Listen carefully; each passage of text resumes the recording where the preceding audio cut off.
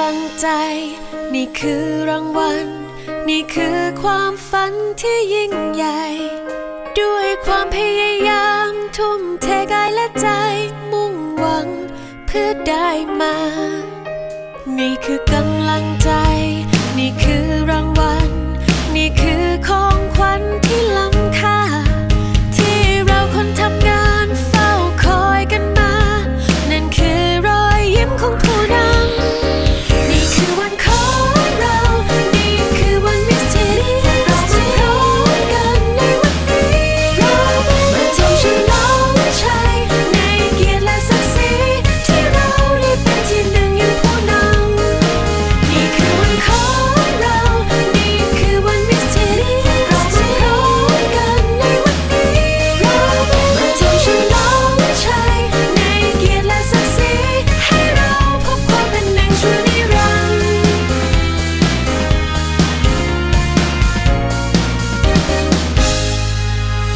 นี่คือกำลังใจนี่คือรางวัลนี่คือของขวัญที่ล้ำค่าที่เราคนทำงานเฝ้าคอยกันมานั่นคือรอยยิ้มของผู้นำนี่คือวันของเรานี่คือวันวิถีเราจะพร้อมกันในวันนี้เรามาทำฉลองชัยในเกียรติและศักดิ์ศรีที่เราได้เป็นที่หนึ่งอย่างผู้นำนี่คือวันของเรานี่คือวันวิถีเราจะพร้อมกันในวันนี้เรามาทำฉลองชัยในเกียรติและศักดิ์ศรี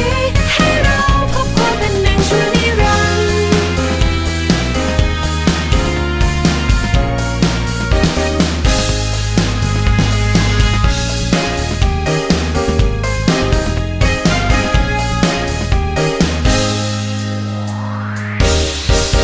นี่คือวันของเรา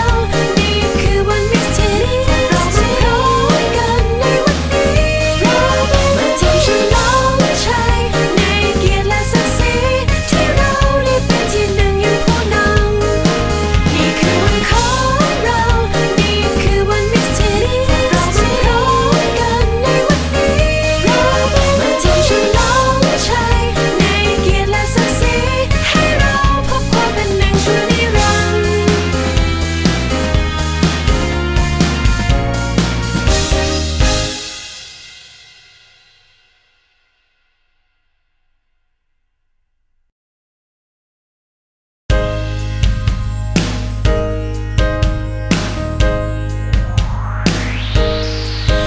นี่คือกำลังใจนี่คือรางวัลนี่คือความฝันที่ยิ่งใหญ่